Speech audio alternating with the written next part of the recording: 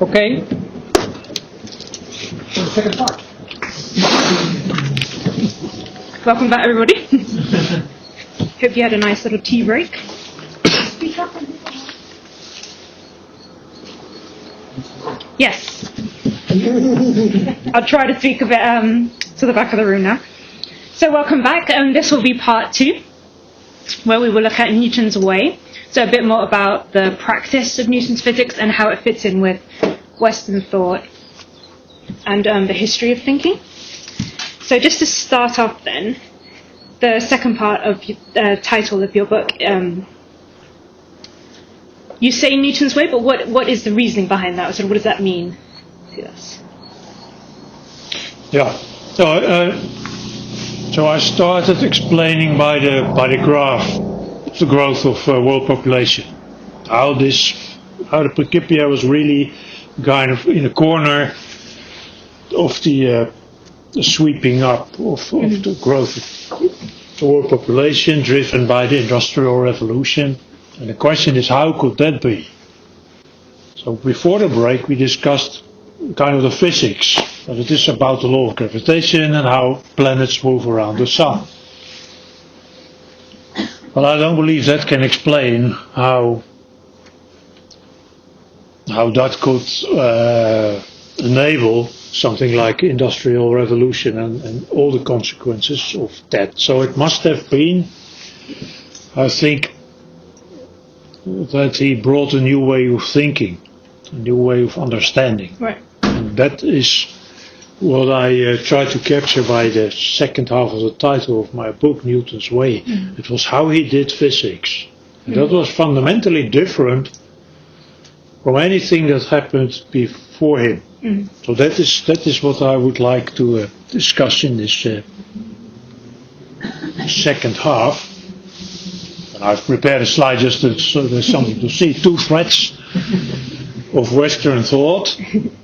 And one can be traced back to Plato on the left, and the other thread can be traced back to Aristotle. And both lived about 300 years before Christ. And so I would like to talk a little bit about that. So how can we see then that Newton's Principia did offer important contributions to such Western thought in the first place? Yeah, now we can, but let us first give a sketch of those 2 lines of thought. So Plato is relevant because Plato wrote a large volume of works on politics, all kinds of philosophy, but he wrote only one work, which is called the Timaeus, in which he discusses cosmology. So the creation of the universe, how that came about. And that is important because it sets the stage for what happened in theoretical astronomy for the 2000 years since, until the 17th century. And so there's 2 things about it. One is we talk about planetary orbits, so the path that the planets fall around the sun. But those you don't see. If you look at the skies, you don't see circles or lines or ellipses or whatever. You don't see the orbits, but yet you talk about them in a way, in trying to understand them. So those are abstract concepts, and that goes back to Plato's philosophy of ideas. Behind reality are ideas, and those we use in thinking about things, about speaking about things. So that's one thing. So that's rather abstract, but more concrete is Plato's story about how the universe was created as part of his Timaeus. And he explains that there was a good craftsman that created the universe. And as part of the creation, time was created. And he gives quite some details about how that was done. So time was defined by putting the celestial orbits in the sky. So the sun gives the seasons, and that defines the year. So the unit of time of the year is given by the sun, and the moon gives the month. And then Timaeus goes on and he says, well, all the planets that were known, Venus, Mercury, Mars, Jupiter, Saturn, all have their role in defining time. But, says Plato, it takes too long to explain exactly the details of that, so that is not discussed. But at least he makes explicit that the planets are there to define time. He also explains what the observed motion of Venus, which sometimes can be seen in the morning and sometimes can be seen in the evening. So it is called the evening star or the morning star. It's the same object that was known. So Plato explains, he says, well, the sun is put in the heavens in a circular motion, and Venus and also Mercury move also in circles around the sun. So we had a three-dimensional picture of how the heavens were constructed. But what is now of decisive influence on what happened for 2,000 years since is those two things. He says the motions are circular, and that he doesn't explain why they are circular. It speaks for itself, I think, because the circle is a perfect symmetrical form. It has no direction, and hence there is no question of any preferred direction whatsoever, because there is none. So circle is kind of natural. It doesn't have to be explained that there are circular motions. And what is then important is that the heavenly bodies are there to define time, and that is, so they serve as clocks, as natural clocks. By the motion of the planets you can tell time. So they are clocks, and hence they have to move in a uniform way. They have to move in their circular orbits with constant speed. So the technical term is uniform circular motion. And the uniform circular motions have been the building blocks of theoretical astronomy for 2,000 years since Plato. Later they were called epicycles. So we come back to that in a second. So that was one line of thought that spanned astronomy for 2,000 years. Another line of thought that I think is very important to understand what finally to Principia brought us is a line of thought that started with Aristotle. So I have here the metaphysics.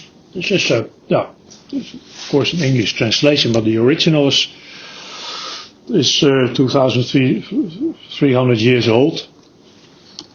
It's a collection of books that for example, discusses concepts like property, where we started with. Objects have properties, and you have reasoning about how many properties can you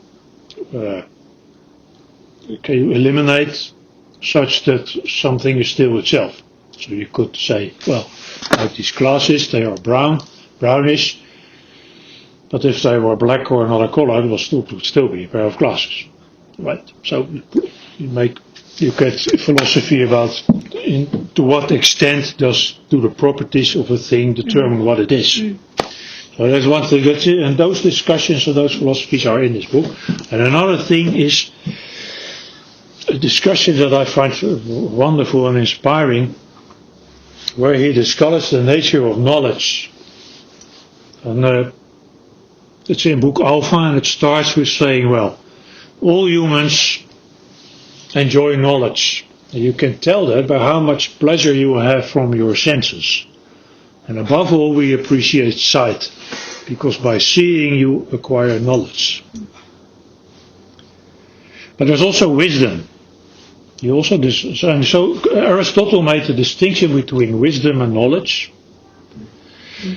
by analogy of craft work and art. So the craftsman can make things, and that's a technical skill. They can make things, and that's much appreciated. But there's also art. There's also art, and that's different. And there's an eternal discussion about what exactly art is. It has always been. But there is a sense of appreciation sense of distinction in quality. And that we owe to Aristotle. So, knowledge versus wisdom. And he does give an idea of how to distinguish knowledge and wisdom. He says general knowledge is knowing what is the case. But wisdom is knowing why it is the case. So, the appreciation of asking questions why and giving an answer, and that has to do with giving causes versus effects, reasoning in terms of cause and effect, that can be traced back to Aristotle. Mm-hmm. And how can we I have a question about this. Isn't this more what we now call logic instead of wisdom? He called it wisdom. It's cause and effect. This is about the distinction between knowledge, knowing what, and wisdom, knowing why. And logic, what is that? And that is to be found in the metaphysics. Aristotle is also known for logic. And that is also important to understand the story for today. There is another work of Aristotle which is called the Organon. And there he explains logic, the basis of reasoning. And he gives also a definition of what he thinks should be the nature of explanatory science. Explaining. That is very important.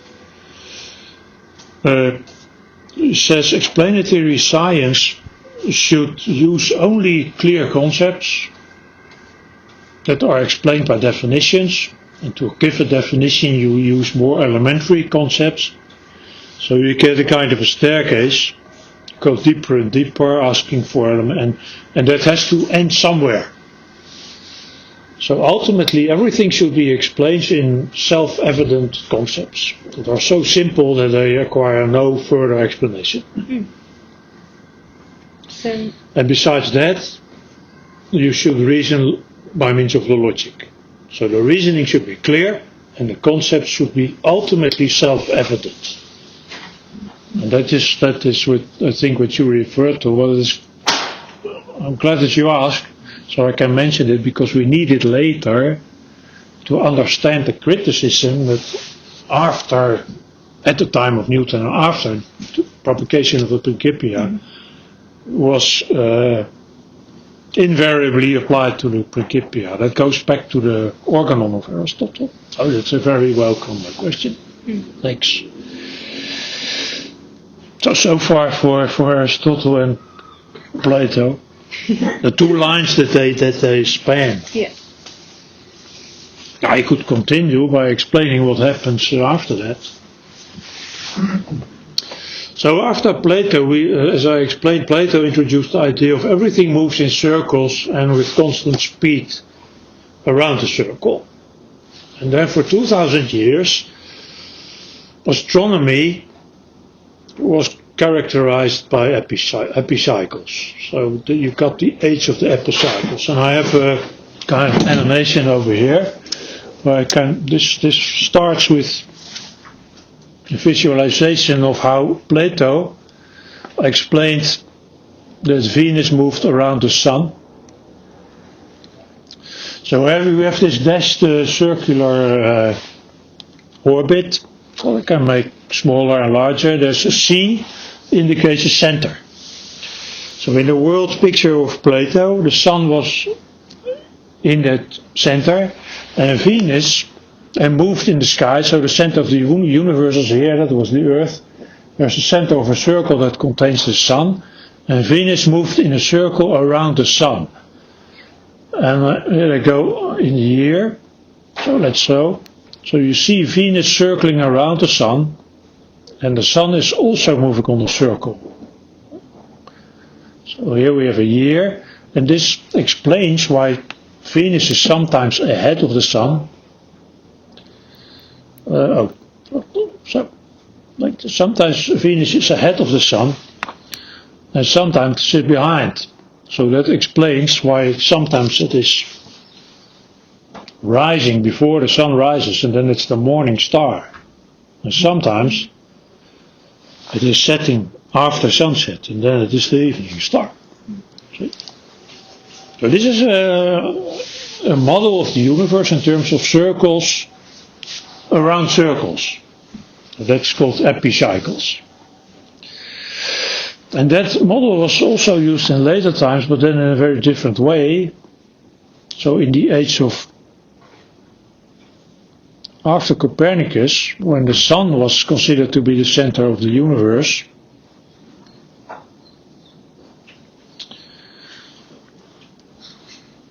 we got applications that were more like this. So to explain, for example, the orbit of Mars, Kepler was working on an epicycle model that looked like this. So now we had a center again that moves on a circle, and Mars moving around that circle on a smaller circle.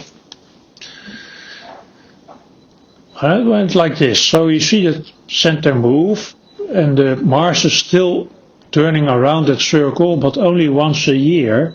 What you get as a result is an orbit like this, depending on how large the radius of that second circle is. So if I reduce it to 0, you get a circular orbit, but now I can construct, by this construction, a little bit, orbits of a little bit different shape. And in that way, they could explain why Mars is sometimes a little bit further away from the Sun, and sometimes a little bit closer to the Sun.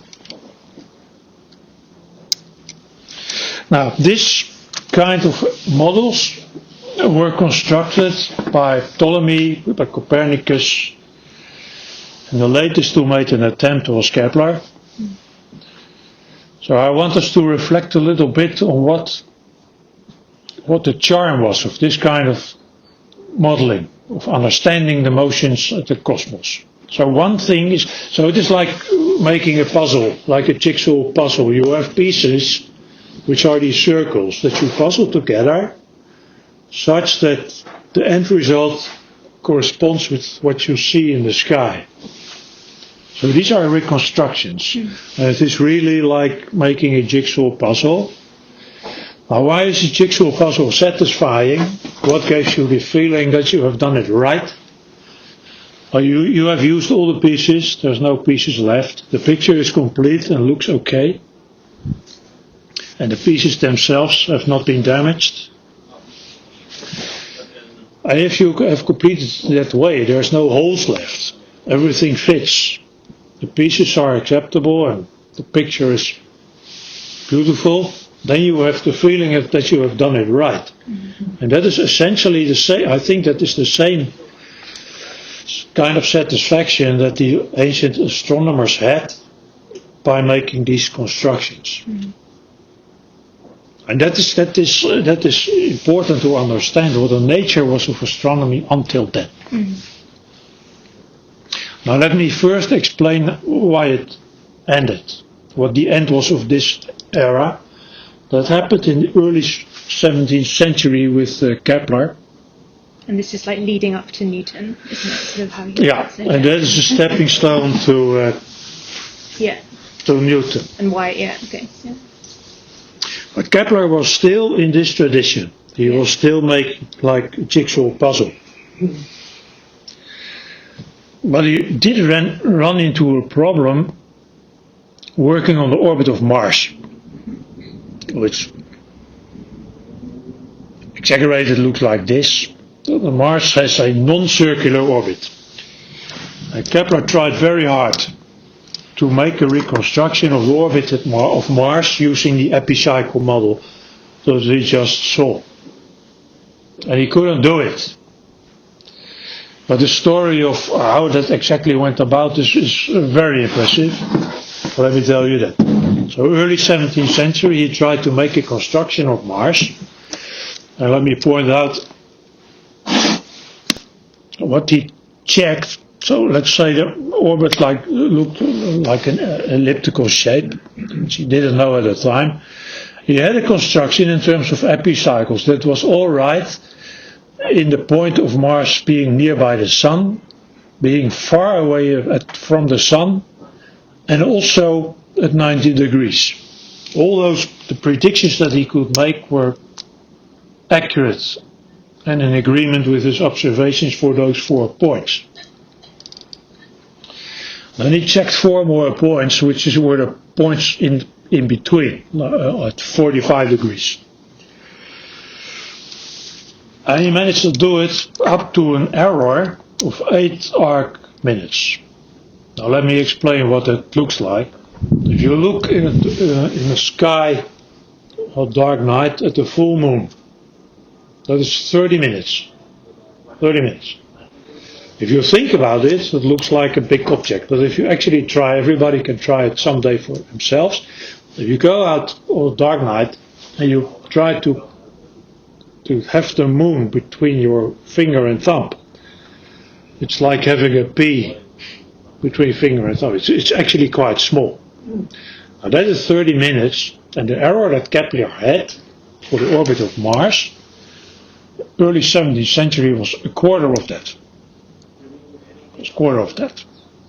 Which is really quite precise, quite impressive. So all the more impressive it is, but he was so confident in his measurements, observational data, and his calculations that he decided that he had a disagreement there that he could not explain, could not overcome. And that was the basis for him to decide that the epicycle models that had been ruling for 2,000 years could no longer be used, and he had to try something else. And that was a success and a disaster at the same time. He tried elliptical orbits, and since then those are known as Kepler orbits. So the planets move in ellipses, but the disaster of that is the ancient ideal of motion in circular symmetrical orbits had to be given up. And now you see the problem. An ellipse has a direction, that has an axis, and it points in that direction. And that puts the question of what is there in that direction in the universe? Nobody knows. So that's a serious problem. And that was not solved, by the way. And the second disaster was the planets were supposed to be there to define time. But another thing that he noticed was they don't move with a constant speed in those elliptical orbits. So that had to be explained as well. He had to save time. And that he managed to do. So the first law of Kepler is the fact that planets move in elliptical orbits with the Sun in one of the foci, as it is called, special points inside the orbit. And the second law of Kepler says that if a planet moves, it's kind of here, you see this area is swept out.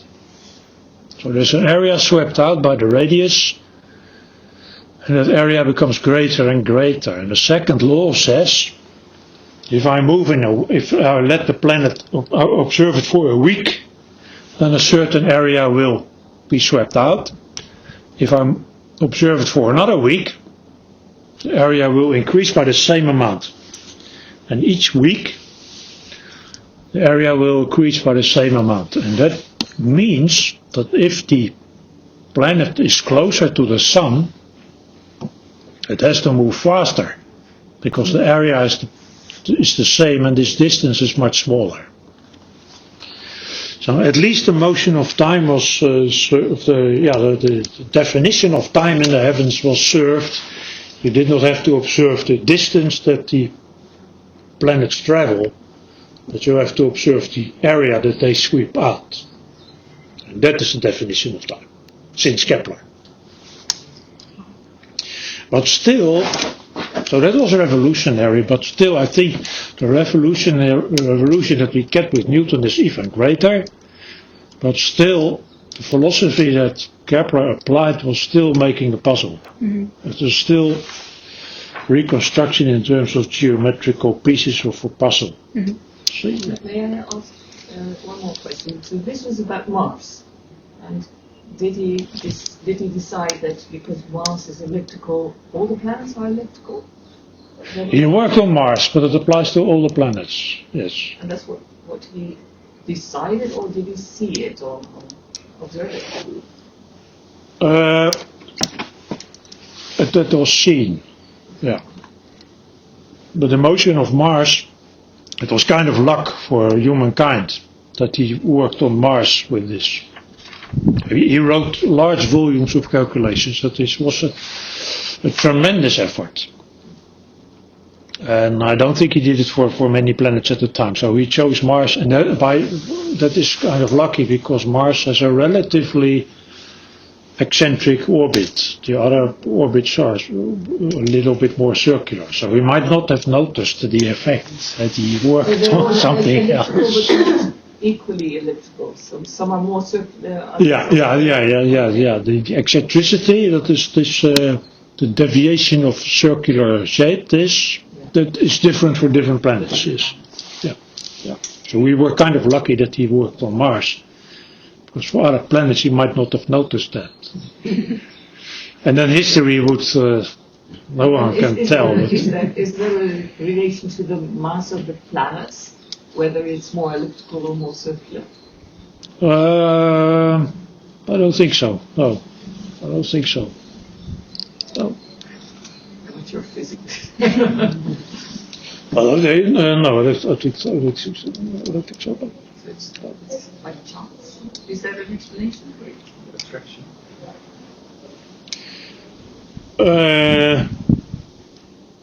Well, the question is more, why are they so nearly circular? Okay. So the basic physics tells you they move in elliptical shapes. Okay. Why that is, we have in a minute if we come to Newton. But then we observe, well, in fact, they are ellipses, but nearly circular. Why is that? Yeah. And the answer is probably dissipation.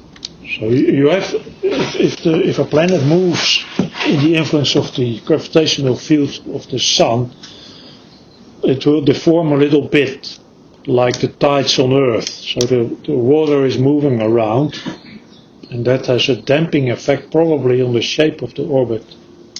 And the more elliptical it is, that probably is the reason why orbits tend to have a more circular shape. But it can also go back to the origin of the solar system in the first place. So it all started with a disk of dust. And then somehow, by dust sticking together, you get larger balls that tend to sweep out their own orbit. That's that is since a few years the definition of a planet. A planet is a celestial body that circles a sun or star and is heavy enough and powerful enough to sweep out its own orbit, collecting dust and thus growing. It might be in that scenario you end up with circular orbits, more or less. So I can give you a few hints, but I do not really know if it has been decided yet which of those are finally the actual explanation of why the orbits are nearly circular. Just going back to what you were saying earlier, so we have Plato, Kepler and Aristotle, and we see now how Newton sort of fits in with that. And you suggest as well that his physics was revolutionary because it managed to successfully introduce something called causal explanation in physics. Yeah. And then his theory sort of attracted a lot of criticism, and he dealt with a lot of difficulty with criticism especially from figures contemporary to his time, not just now, but actually in the moment. And I was just wondering, did he overcome this criticism, or was it sort of we come to, let's come to that in a minute, but let me first explain what was the difference between Newton and Kepler and hence Newton and everything that happened before him in the first place. Because that is also the key, I think, to understand why he had such an enormous influence on Western civilization. As I showed, this book is in the corner of that shift between the old time, the Middle Ages, and then you have the 17th century with the scientific revolution, this kind of ideas. But from this Kepler's laws, you cannot understand why after that industrial revolution break loose. That is not explicable in those terms. But it is, if you consider what Newton did, and he came indeed, as you mentioned, he came up with a causal explanation. So here we have orbit of a planet according to Newton, but he explained it in terms of forces. And indeed in the Principia he does use the word cause to indicate that what he sees as a force is actually the cause of the planet moving in the orbit. What do we see? We have this Kepler orbit, which is an elliptical orbit. Let's say the Sun and a planet, and the planet moves. And then there's two things, as I explained in the beginning. The fact that the planet goes along in the orbit, that requires no explanation at all. That is just a basic property that all bodies have, that it is hard to stop them in the first place. And there's nobody stopping that planet up there, so it keeps going in the orbit. What does needs to be explained is why it is tending towards the Sun instead of really just continuing, because then it would move in a straight line. So it is the curvature, the deviation of straight lines that needs to be explained. And Newton is the first to take the step that he says, I go and tell you that there is a cause for that. And that is what he called force, and it is indicated in these plots by an arrow. So the arrow indicates the gravitational attraction. The Sun is pulling on that planet, and that is the cause of the planet moving in the... It keeps it in its curved orbit around the Sun. We can see a lot in this plot, because if I let it move, this demonstrates immediately one important aspect of this theory of Newton. You see that the arrow becomes shorter and longer again. If the planet approaches the Sun, the arrow becomes bigger. Its color changes. And that is indeed what the Principia offers. He gives a recipe by means of which you can calculate the strength of the force. And that says the force becomes greater and greater if the Sun and the planets are nearer to each other. And it's very precise. And he also explains, if once you know that, how then you can calculate what the orbit looks like. And that it does look like an ellipse.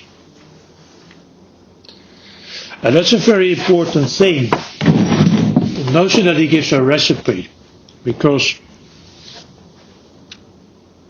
there's probably there's the pitfall of a paradox here, and that is one of the first criticisms that arrived shortly after the Principia was published. There was a notorious and famous and very influential criticism by Bishop Berkeley, George Berkeley. And to illustrate it, I can give you a little dialogue that shows a paradox. It is about this force of gravitation that Newton introduced to explain this motion. So this force of gravitation. And the question is, what is that? What is a force of gravitation? And the answer would be, it is the cause of objects falling. It is that what makes objects fall. Let's start the other way. Why do things fall? Yeah. So it's the force of gravitation. that makes it fall. And then the next question is, what is the force of gravitation? The answer would be, well, it is what makes things fall. And now you feel the problem, now you feel a paradox. How about magnetism? Yeah. Same. You get the same paradox. Circular reasoning. And the criticism of Bishop Berkeley was, forces are occult because I cannot see them. What I really see is objects that move. I see planets that move, but I don't see a force. So a force is an occult concept, and something that is occult cannot explain anything. And that was why in 1727, some years before Sir Isaac died, that was the published criticism of Bishop Berkeley. He rejected the physics. He said Newton's formalism is no physics, because I cannot see those forces. I think what he overlooked is the solution to the paradox that is given in the Principia. Newton gives a recipe. He says, I can tell you how to calculate the force. I give you a recipe, so you can calculate it in terms of quantities that you can see. You can see the distance. You can measure the masses, at least in principle, by using a balance, which is in practice hard to do with a planet, but in principle it can be done. So there is a recipe of things, in terms of things that you can see. So, and that was the game changer. Right. So we have sort of criticism then of that time, and you suggest now then with your book that the attitude of these critics stretched into the 20th century and sort of still exists a bit now with like logical positivism, something you call logical positivism. And I was wondering if there's also sort of a moral that we can distill from this whole story or this whole situation. Yeah. So I think we have now captured how it could be that this book was so enormously influential. Mm-hmm. Because Newton showed that by causal reasoning in terms of effect was possible in physics in the first place, with great success. I think that provided inspiration for everything that was to come after that. After that you got thermodynamics with the steam engines, and that enabled industrial revolution. But it was all driven by a change of way of thinking. And that is this causal introduction of causal reasoning in physics. But at the same time we now have the question, if it was so influential, this book, how come that you find so little traces of it in the 20th century textbooks? Or if you search the internet, you find no trace of everything that was available here.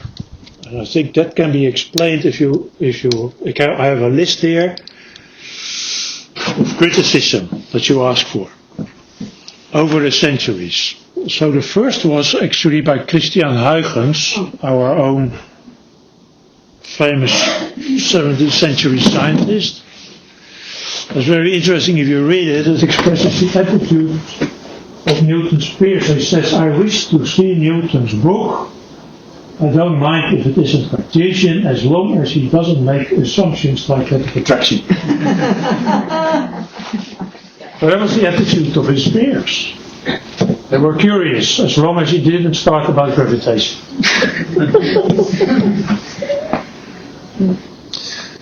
I think that explains why Newton did not put his finding that attraction was governed by the inertia in the spotlight, because he didn't.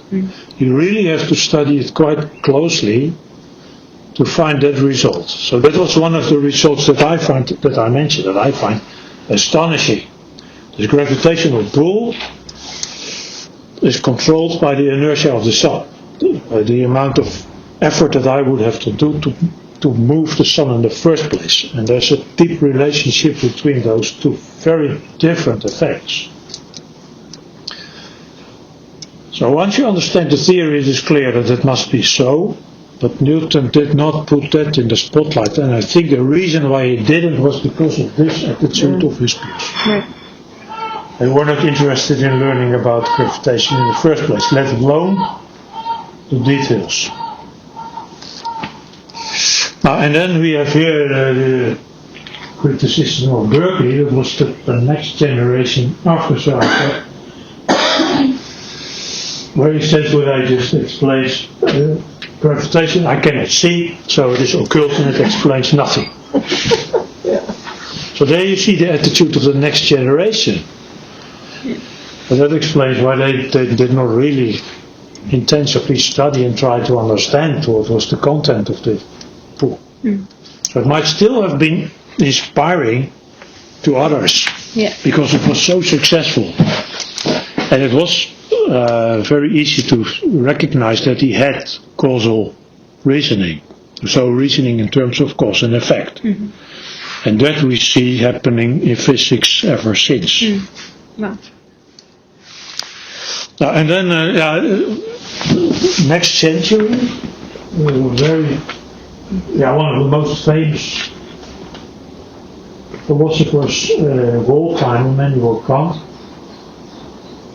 who took the position that the rational doctrine of nature, so let's say science of nature, only deserves the name of natural science only if the fundamental laws therein can be recognized a priori and are not mere laws of experience. This is something that goes back to the question that you put forward. This goes back to the recommendation of Aristotle, who says the fundamentals of our science must be self-evident, must be absolutely clear. That is still what Kant said about 100 years after the publication of the Principia.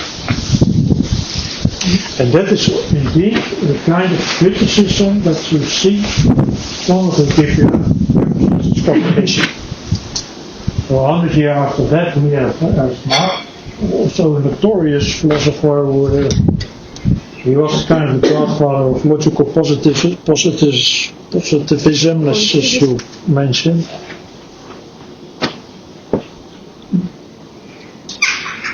I have this quote. He had a criticism on the definitions 5 to 8. So that is the opening chapter of the Principia. It is somewhere here. This chapter's definitions, and this is already excellent. So it is this part of the book where Newton introduces concepts like what is motion, what is mass. And he has also a few definitions about centripetal force. He makes a distinction between different aspects of it.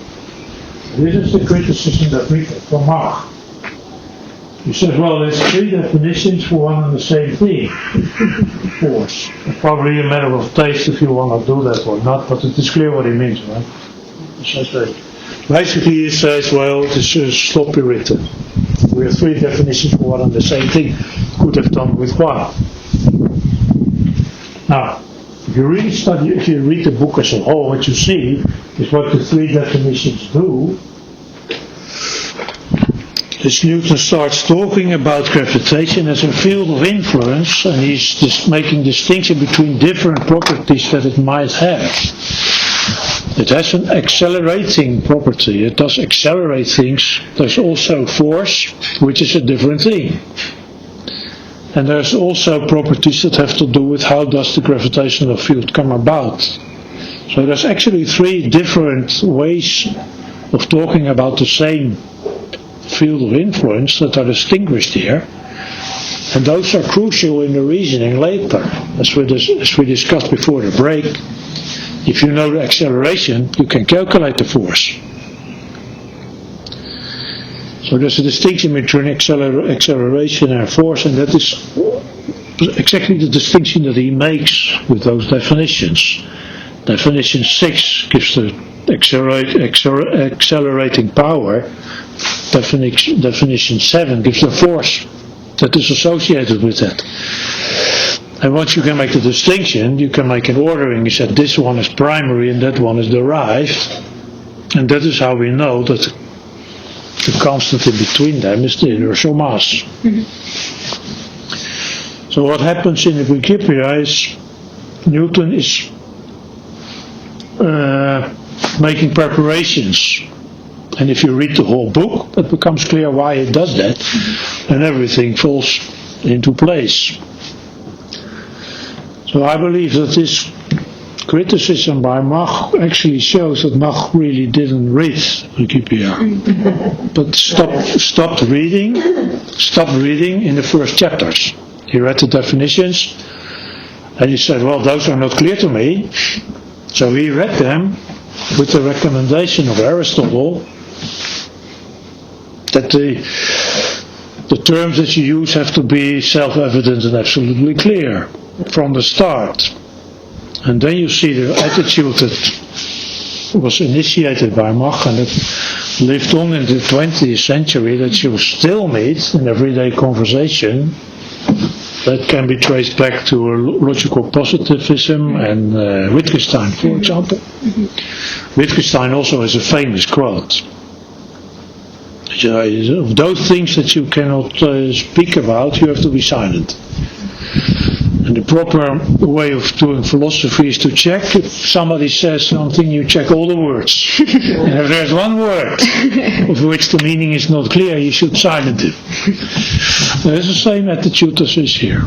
Would you say then that this is the lesson that we can take away from? You see it is not only toxic.